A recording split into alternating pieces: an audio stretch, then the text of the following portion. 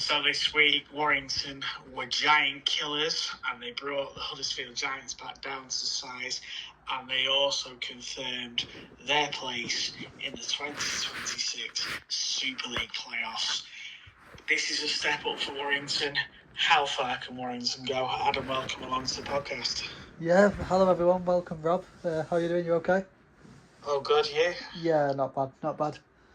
So, where do we start? We did the job, didn't we? Yeah, I mean, thing is, we did the job, we got the result. The 10 points difference, I can see why it was 10 points difference towards the end of the game, because I think the 3 games in 10 days caught up with them a little bit. Yeah, I think the strength of LKR and then obviously going back to another game on Sunday just took it out of them. I'm going to be honest, I'd be knackered as well. Matty Ashton was literally on the pitch, like lying flat. He was like, glad that was over.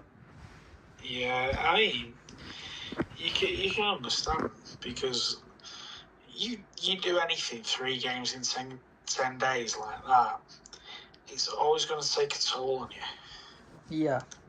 Yeah. It's never ever for 1 minute going to be like easy, is it? No. Like Widnes, they play in the 1895 Cup final at Warrington on Monday, but I swear they play this week as well. So loads of Widnes fans have been kicking off, saying like they never get a rest and stuff. So they're basically saying London have won the 1895 Cup final as it is. But I don't know how you can kind of say that London have already won it. I don't think you can really make that sort of point, can you? I don't know.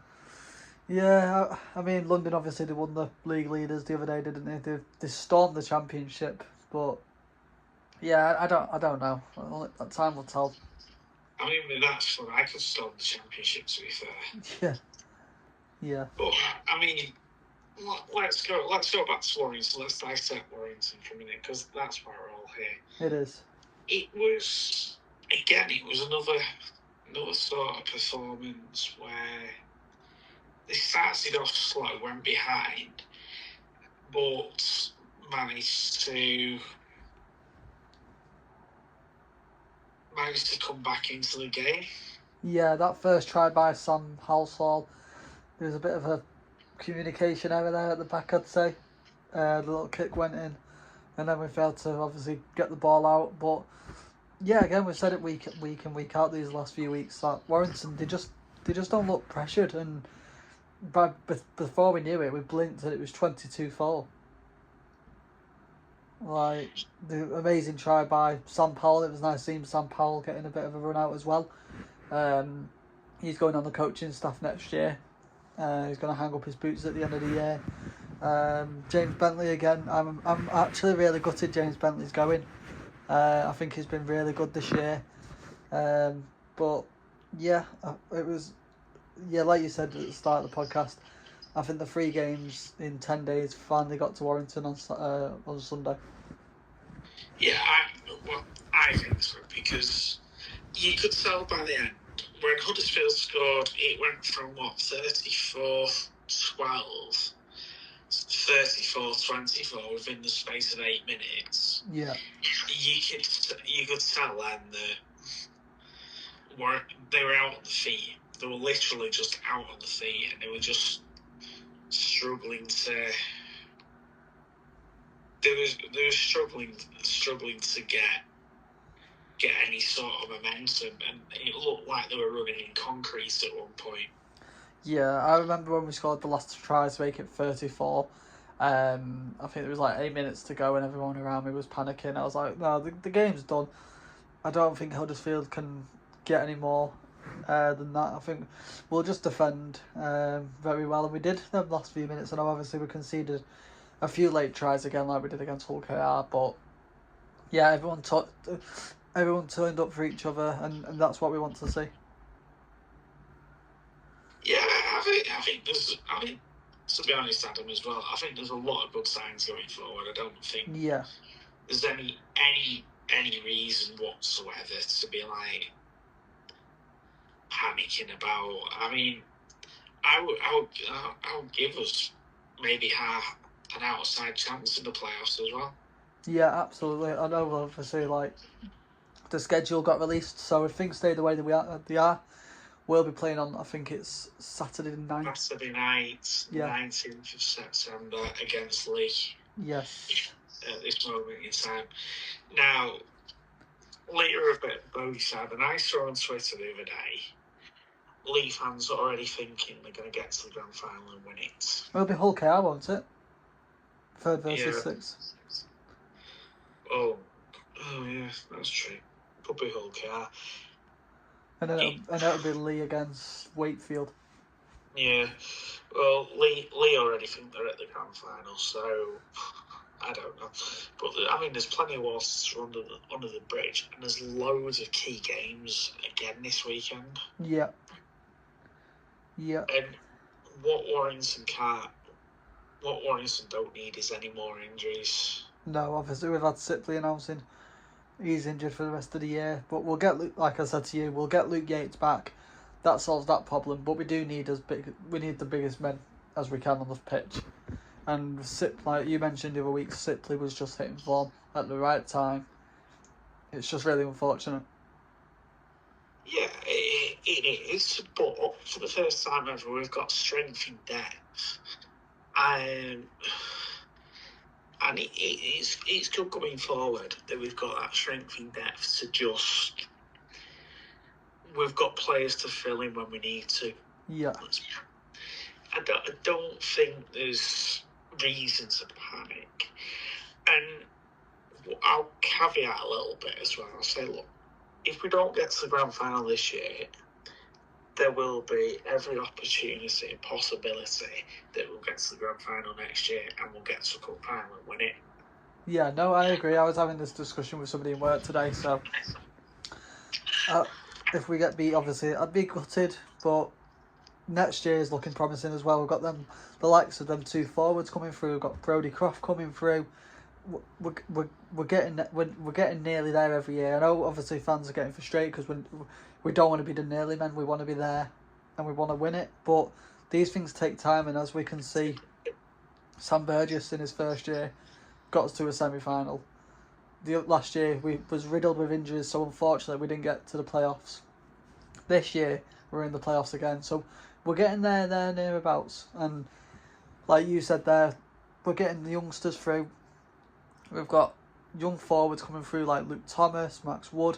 I hope Max Wood is okay. I think he rolled his ankle when I saw it the other day. Right in the post. Yeah. In the post match, Burgess said everyone had pretty much pulled up all right. That's good. Yeah, Max Wood. I think he was covering defence and he just rolled over on his ankle and he just started limping. Yeah, I don't think there's any problem with Max Wood. There's no disciplinary issues to contend with either. Which is really good because there's actually been very few Warrington players banned this year. So yeah, I think the only players I've seen, obviously, I think it was Bentley and Powell. I think. Yeah, we've had no long-term absentees, so we're obviously trying to keep above what we do and things like that, aren't we? Yeah, and it is good to see because there's been times where obviously in the Challenger Cup semi-final where James Bentley lost his head. He's calmed down since that, and like I said, he's got to be a big miss to this team. And I saw a comment on Facebook, some woman said saying, I wish James Bentley would come over to the South Stand because he's a fan's favourite, even though he's leaving already. Yeah, definitely. I mean, the new chant of Bentus, boing, boing. Yeah, crazy. No, I'll tell you what, it was going off in Magic Weekend in that Hill Dickinson Stadium when James Bentley was playing. We were all just bouncing around. It was really, really fun. But yeah, he gives 100%, that lad, and I wish him all the best when he goes back to Bradford at the end of the year. Yeah, well, I mean, that's a huge second row of John Bateman and James Bentley. Maybe Bradford are going to start recoiling the glory years. Maybe. But the win yesterday was good way to end the 150th year celebrations. It was a good sort of closure to that sort of chapter, wasn't it? Like yesterday. Yeah, it was good. I mean, I went on the pitch after the match, and Couldn't resist. couldn't resist exactly. And I messaged you saying it wasn't the best, but you know what? Fair play. Warrington are trying something different, and yeah, but it did make me laugh. Like, it's typical Warrington when they do this presentation at the end of the year for the players who are leaving. They say the players have gone in. It won't be long. It was another half an hour after the match had finished, and I get obviously the players have got to empty the pitch and stuff, but it just takes a while, and fans get disinterested, and it's frustrating. And there was a lot of fans there yesterday who couldn't wait to get on the pitch. It's good, and I think Leeds do something similar every year. They get Pat Sharp involved, but I do think it's good. It just needs. If they do it again next year, it'll be more developed. It'll be more sort of. It'll be more fluent. And I think probably Leeds, like when the first couple of years they did it, it needed time to build up and things like that. But I mean, the amounts of people that stayed and wanted to be part of the party. Yeah. It's good to see it. And also, as well, the foundation held a heritage walk. They started at Wilderspool. Yep. Went to the King's Head, and then carried on to the stadium for photo opportunities before going into the game. I saw that. That looked pretty cool, to be fair. Yeah, there was quite a few there. I mean, I wish I could have been there as well, but just timings and circumstances couldn't make it work. But yeah, I mean, I think the 150th year stuff has been good as well this year, because it has highlighted where Warrington have come from and where they're going to, and it does show like them on a journey. And there's a lot of, if you've ever been down the timeline in the South Stand, it's well worth it, because it's not only a history of the rugby club, but it's a history of the town. And it's amazing actually how the town of Warrington has developed alongside the Warrington Rugby Club. Absolutely. Like, I went to the museum. I think that's running until the 27th of September. I'm not too sure. And there was an exhibition about 150 years of Warrington, and don't get me wrong, it wasn't the best, but it was good to see it being used. I was saying it was good to be seen in the museum, because they could have easily just put it up in the 4020 lounge and got it in there, and fans would have been a bit disinterested again. But it's nice it was in the museum, because it's like myself, it's making fans go back into Warrington. And I've not been to the museum since I was young, and it still still looks the same, still smells the same. That brought back like memories for myself, and yeah. But it was a shame. Obviously, there was only a little bit there, but there was a good section about the PDRL team. Obviously, how they influenced and the community. Obviously, there was like old trophies there. There was the Lancashire Cup, I think it was. A few old people might remember that. Not calling my dad old or anything. But yeah, there was a whole section about Brian Bevan. But there was nothing about Alex Murphy or anything like that. My dad was a bit disappointed about that. But you know, it was nice. It was different. Yeah, I think things like that can be appreciated through whatever age. Whether you're 5 and you're watching your first game at the Halliwell Jones Stadium, or you're 65 and you've been in the Wilderspool years and you've watched Brian Bevan. I mean, that was a nice touch yesterday, and it did feel like a proper retro round yesterday. It did. Encouraging people to wear their retro shirts, and Bevan's daughter being there. Yeah. We've done it in the past, and it's been a bit meh. But like you said, it proper felt heritagey yesterday. Do you know what? Right, I think the whole 150th year thing has been, from the shirt launch last November, has been brilliant because, I mean, there's probably a few more bits and pieces they could do, admittedly, and they'd probably admit that themselves.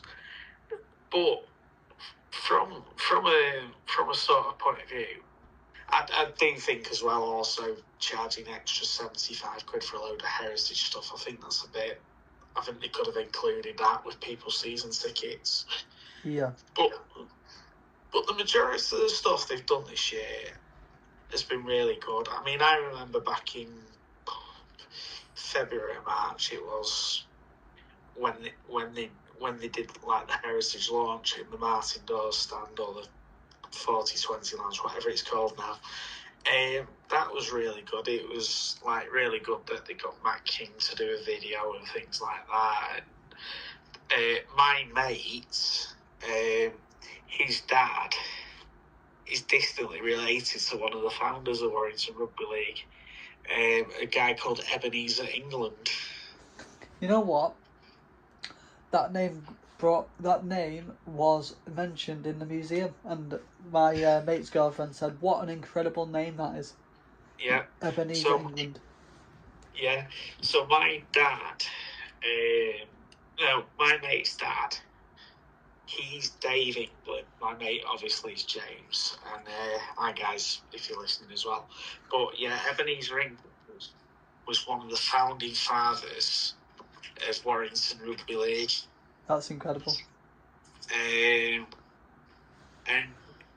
like Neil Kelly said during his presentation, that it wasn't just they didn't just know that they've actually researched back. So I've got this. If anyone's not got this book as well, by the way, 150 years of the Wire, the winter years. Okay. So it's brilliant. You can get it in the shop. It's £30, but it's actually, for £30, it's brilliant. So I'll just read you a bit about Ebenezer England. He became a member of the Warrington Rural Council. He represented Poulton with Fernhead and was a member of the local subcommittee of the Lancashire Education Committee, a school manager at St Oswald's School, Padgate, a member of Padgate Parish Council, and of the Council's Social Services. Local to myself, then? Yeah, so not too far away from where you are. Didn't know that. You learn something new every day. And do you want some random facts as well? Go on. Do you know where Warrington Rugby League was founded? Ooh. Let's have a guess. Warrington. Well done. Let's be a bit more specific. It's a big place, Warrington, these days. It is. I'm going to guess Orford. No. 300 metres from Halliwell Jones. That is crazy. On Beauty Road. That is crazy. That is crazy. And do you know, so I've read quite a bit of this book, and I won't spoil it for people, but there's quite a lot of facts. Do you know it wasn't rugby league till 1895. They actually were playing rugby union, and even the scoring system back then was a bit weird. Never knew that. Yeah. Wasn't he playing at Bank Park? Yes. Bank Park is mentioned in this before going to. I've just seen it somewhere. I've just literally just read that. So the first Warrington Football Club played from 1872 until 1875, and they did their first season was at Bank Park. That's crazy. And they had a ground at one point. They had a ground. I'm sure they had a ground on Sankey Street. Do you know what Warrington's original name was as well? I do. Go on. Warrington Zangari Football Club. Well done. And the original colours were red and black before they became primrose and blue. Yeah, that is why we've got the away kit as black and red this year. Yes, and a lot of people don't know that. A lot of people were like, "Oh, it's a Bournemouth kit." Yeah, it's a Bournemouth. It's Dennis the Menace. Oh, it's this, it's that. It does have a significance, and so does the home shirt. The home shirt was actually the first ever primrose and blue home shirt that way. Do you know what I mean? Yeah, with the collar. Yeah, that's the reason for the. But yeah, I mean, there's a lot of history involved in Warrington Rugby League. And if people have got the time, get the book, have a look at it. I think there's another book about about different players and different things as well.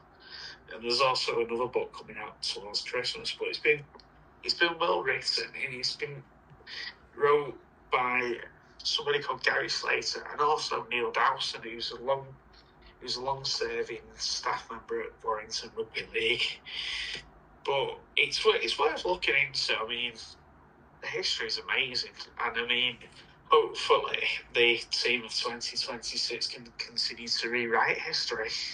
Yeah, absolutely. Like, getting back into the game, obviously, I might have to purchase that book because that sounds incredible. I don't know about you guys, but that sounds amazing. But Williams, he's showing his class, and I've had a few fans come up to me going, "Yeah, he's only showing his class now because he's leaving." But I think he wants himself to go off on a high and give the Warrington fans what we've been waiting for, and hopefully this time comes. And if, as I said, if it doesn't, it doesn't. But unfortunately, one of these years, obviously, we are making moves to get where we want to be, and one of these years it's going to pay off, and we'll be the happiest fans in the world. Yeah, I think the minute Warrington win that grand final, it'll be a party like no other. It'll be like if England win the World Cup. Pretty much. I mean, the whole of Warrington were the first time they won the Challenge Cup in 2009. I think the whole of Warrington were watching that. Yeah. And the day they came back on that bus, everyone. There must have been 90, 100,000 people out to greet them. And yeah, absolutely. I still remember being in the 2012 Challenge Cup final. I was there, and I remember my mum was obviously was still at home. My mum's not really into rugby, and she was saying there wasn't a soul in Warrington. She went shopping that day. She was like, "Right, I'm going shopping then." There was no one in Warrington. Absolutely no one. No, and I can imagine, and I think, but that shows as well how much the rugby means to the town. I mean, like the likes of Liverpool, Manchester, they're iconic for football because that's the national game. It's a massive, big city. Warrington, I mean, Warrington's not small by any means. If you drive across, it gets bigger all the time. But Warrington is rugby league. If you say Warrington's people, first thing they go, "Oh, Warrington Wolves." Yeah, absolutely. It's not. I mean, it's not on the same scale as like if you say to someone Liverpool or Manchester. You do have to kind of explain Warrington to people, but Warrington people are proud of the town. They're proud of the club. I swear sorry to interrupt you. I swear there was a documentary called Wire to Wolves a few years ago. There is on YouTube, yeah. And it was shown. It was shown as well as part of that launch for that. What's it called? For the timeline at the HJ down the south stand. If you don't sit in the south stand, you've got some time. Go into reception and just say, "Can I have a look at the timeline?" And someone will take you down there. Because it's well worth looking into. I mean, you don't realise how many players. And if you've ever wondered what the numbers are on the shirt, that's the player's heritage number, and that was started a few years ago as well. Yeah. Yeah, that is interesting. I think Matty Ashton's has got his tattooed on him. Has he? Yeah, so that's pretty cool. But yeah, I mean, like going back to briefly Sunday's game, I think I don't think it could have brought the curtain down on the 150th year any better than that. I mean, yeah, the performance was a little bit clunky, but what do you expect? You can forgive that. I mean, you've played back to games with very little break and very little downtime to change things around and stuff. It's always going to be. It's always going to be like it'll catch up to you eventually. Yeah. I mean, I'm working more full time at the moment, and that catches up with me at the weekend because I've not done it. Yeah, absolutely. So, I mean, fair play to the players because they keep putting their hands up, they keep wanting to play, they're playing for each other, and you can see that as well. There's more connection with the players this year because every try they scored, they've gone into a huddle, they were together with it. Yeah. And I think that's only that can only stand you in good stead when you're going forward, can't it? I mean, the players are working for each other. I mean, you can see that in defence. Yeah. So, Hull FC on Saturday. I think it's Saturday afternoon. Yeah, it's 5:30 kick-off. Yeah. Can Warrington conquer the west of Hull and make Hull their own this year? No idea. I think they will. I think we'll do it. Obviously, we beat Hull KR twice this year. Obviously, we got beat against them in the Challenge Cup, but I think we'll get the job done against Andy Lastman. Yeah, I mean, I would expect us to be too strong, and I think Warrington have now won 5 in a row, and I mean that's not happened for a long time. I tell you what, that Man United supporter who needs to shave his head after United have won 5 games in a row. Better support Warrington. He'll have his hair cut by now. I know, yeah. He'll have less of a mullet. Yeah. But no, I think it's going to be a tough test. Yeah. I do think Burgess might opt for a little bit of squad rotation. Yeah. Only because just to give some of the players a bit of a break, really. Yeah, I feel like he might put Sam Powell in the hooker role. Obviously, I'm glad he brought Danny Walker back on because Danny Walker was immense again yesterday. Oh, well, someone was trying to convince me yesterday that Danny Walker was too slow. Clueless. And he was holding Warrington back. And I said to him I disagreed, and he kind of like was like, oh, well, I'm this, that, and the other. I'm not going to say what it was, but he was like, I'm this, that, and the other. I know my stuff. I was like, right, okay.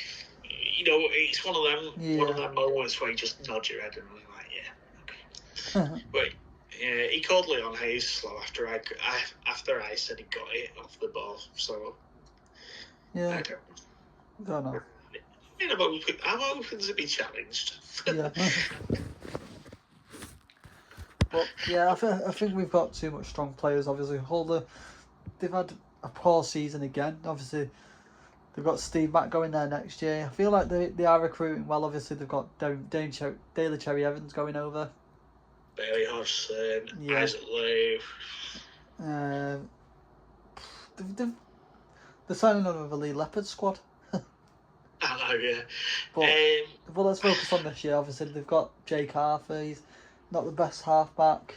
They've got Aiden Caesar. I do rate Aiden Caesar. I do like him. I think he's off to York next year, I've read. But apart from that, obviously, they've got the likes of Harvey Barron. He can turn it on when he wants to. Yeah. I think where they might struggle, they've been over to Catalan this week. They only just won 27-26. They did, to be fair to them, they did battle back from 26-14 down, or 26-10 it was. So they did get it back to 26 apiece and slotted a drop goal over pretty much in the last minute. But I do think Warrington are getting into a groove of things now. And I just feel they're gonna have too much for Hull. Yeah, I agree. I don't think they'll be wanting to let the momentum drop. I mean, Jimmy Harrison was immense again. Yeah. Just offer to me, just give him another 5-year contract or something. Just keep him in our ranks. I mean, he's just getting better and better each game. Yeah. We're putting a score on it. Yeah, I don't expect it to be a blowout unless Hull turn up really badly, but I can't, because I think Hull dig in, especially with it being at Hull. I'm going to go 24-16 to Warrington. Okay, I'm going to go not too dissimilar, not too far away. I'm going to go 26-12. And I'm also going to say Hull take the lead through a kick into the corner, because this always happens, and then Warrington will just kick on. Yeah. Right, so if you've got any memories of Warrington over the years for the Heritage, or this year, 2009, 2010, 2012, 2011, 2016, whatever you've got, if you've got any memories of Warrington Wolves, please let us know in the comments. We love speaking to you guys. And please leave your score predictions as well. Do you know what I'd love, Adam? Go on. If we could find someone who watched Brian Bevan in the heyday. That's the challenge. That's the challenge. If you know somebody who's seen Brian Bevan play, comment down below and we'd love to get you on the podcast and speak to him. Fun little fact, I've got his autograph somewhere. I think my dad gave it me. So that's pretty cool. You've got his autograph? I've got his autograph. Nice. But that's worth a fortune now as well. Yeah, and I've also got I've got some. We'll talk about this in the off season. We'll talk about the heritage of Warrington and stuff.